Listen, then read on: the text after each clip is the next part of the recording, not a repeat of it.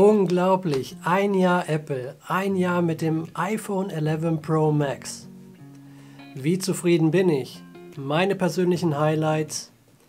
Würde ich aus aktuellem Anlass auf das Nachfolgemodell, dem iPhone 12 Pro Max, wechseln? Das alles nach dem kurzen Intro. Bis gleich.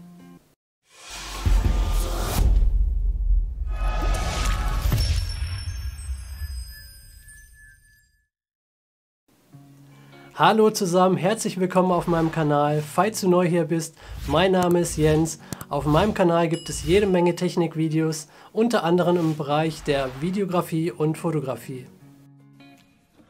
Es war einmal... Seit gut 10 Jahren war ich intensiver Android-Nutzer. Angefangen hat alles mit dem HTC Desire und erstreckte sich über die gesamte Samsung Galaxy Note Serie. An und für sich konnten mich die verschiedenen Modelle immer wieder begeistern und überzeugen und bei der täglichen Nutzung war ich meist zufrieden. Oktober 2019 entschloss ich mich aufgrund des guten Verkaufsmarketings von Apple, mir erstmalig ein iPhone zuzulegen. In diesem Fall das iPhone 11 Pro Max. Kaufgründe waren unter anderem das sehr gut beleuchtete OLED-Display mit maximal 1200 Nits, die neue Triple-Kamera, vor allem die Ultraweitwinkellinse und vor allem der 3969 mAh starke Akku, mit der man theoretisch eine Video-Watchtime von bis zu 20 Stunden erreichen sollte. Ich habe mich damals für die 256 GB Variante entschieden, da für mich die 64 GB Variante keinen Sinn machte, vor allem wenn man mit dem iPhone auch Videos in 4K 60 FPS bzw. Full HD 120 FPS aufnehmen möchte. Bei solchen Auflösungen sollte man die Speichergröße mit Bedacht wählen, da man bei Apple den Speicher zum Beispiel mit einer SD-Karte nicht erweitern kann. Gut für das Apple-eigene Ökosystem, so wird verhindert, dass sich auf diesem Wege Trojaner oder Schadsoftware auf das iPhone schleichen können. Ein bisschen leidet die Flexibilität darunter, wenn man aus dem Android-Lager kommt, wo man durch Erweiterung des Speichers die Kapazitäten im Nachhinein kostengünstig erhöhen kann. Das OLED-Display mit 1200 Nits Ausleuchtung hat mir in dem Jahr gute Dienste erwiesen. So konnte ich beispielsweise bei gekoppeltem iPhone mit der Fernbedienung meiner Drohne auch bei strahlendem Sonnenschein das Display noch sehr gut erkennen. Die neue Triple-Kamera beim iPhone 11 Pro Max macht sehr schöne Aufnahmen, vor allem bei der Ultraweitwinkellinse hat man immer wieder einen Wow-Effekt. Der intern verbaute Akku konnte auf ganzer Linie überzeugen. Die Watchtime bei dem Gerät zum Beispiel mit Netflix, YouTube kommt dem angegebenen Wert von Apple schon sehr nahe. Bei meinen vorherigen Geräten gehörte das Anschließen des Smartphones an das Ladekabel zur täglichen Routine. Bei dem iPhone 11 Pro Max war ich selbst überrascht, dass trotz des gleichgebliebenen Netflix- und YouTube-Konsums plus Telefonie und WhatsApp und so weiter, ich das Ladekabel nur alle 2 bis 3 Tage raussuchen musste. Das hat mich so ein bisschen an die guten alten Zeiten mit dem Nokia 3210 erinnert, wo man mit einer Akkuladung lange ausgekommen ist.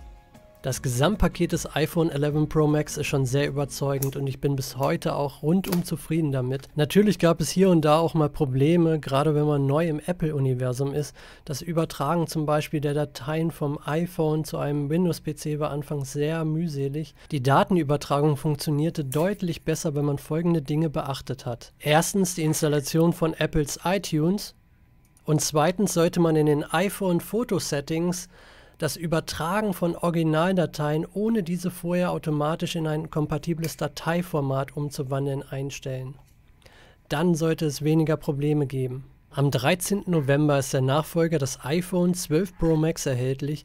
Würde ich aufgrund neuer Features upgraden?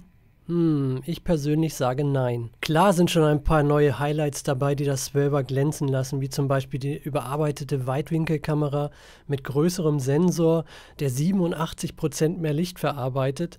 Das verbessert Aufnahmen bei wenig Licht enorm, sodass man viel weniger Bildrauschen hat, was ja ein großes Problem bei Smartphone-Kameras ist. Des Weiteren ist bei der überarbeiteten Kamera jetzt auch ein 5-fach optischer Zoom möglich.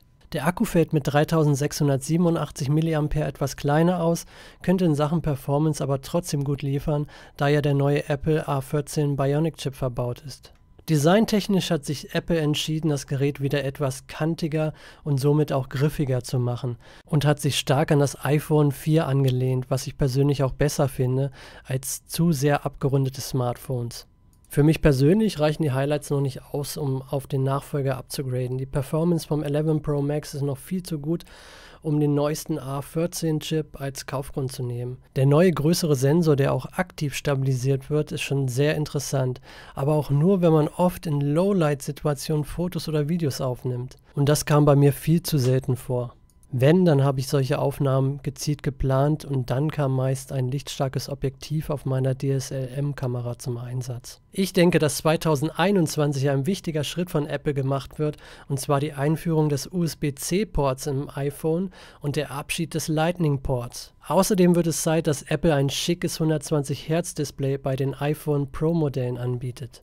Dann könnte ich mir ein Upgrade gut vorstellen. Bis es soweit ist, versuche ich das 11 Pro Max noch ein bisschen an seine Grenzen zu bringen, was ich jedoch bis heute noch mit keiner Anwendung so richtig geschafft habe. Kleiner Disclaimer am Rande, das ist kein gesponsertes Video. Die hier vorgestellten Produkte habe ich von meinem eigenen Geld gekauft. Ich möchte lediglich meine persönliche Meinung über diese Produkte mit euch teilen. Das war's mal wieder, heute mit ein paar Eindrücken und mit meinem Fazit nach einem Jahr im Apple-Universum mit dem iPhone 11 Pro Max. Vielen Dank fürs Reinschauen, wir sehen uns nächste Woche wieder zu einem neuen Technikvideo auf meinem Kanal. Euer Jens. Ciao.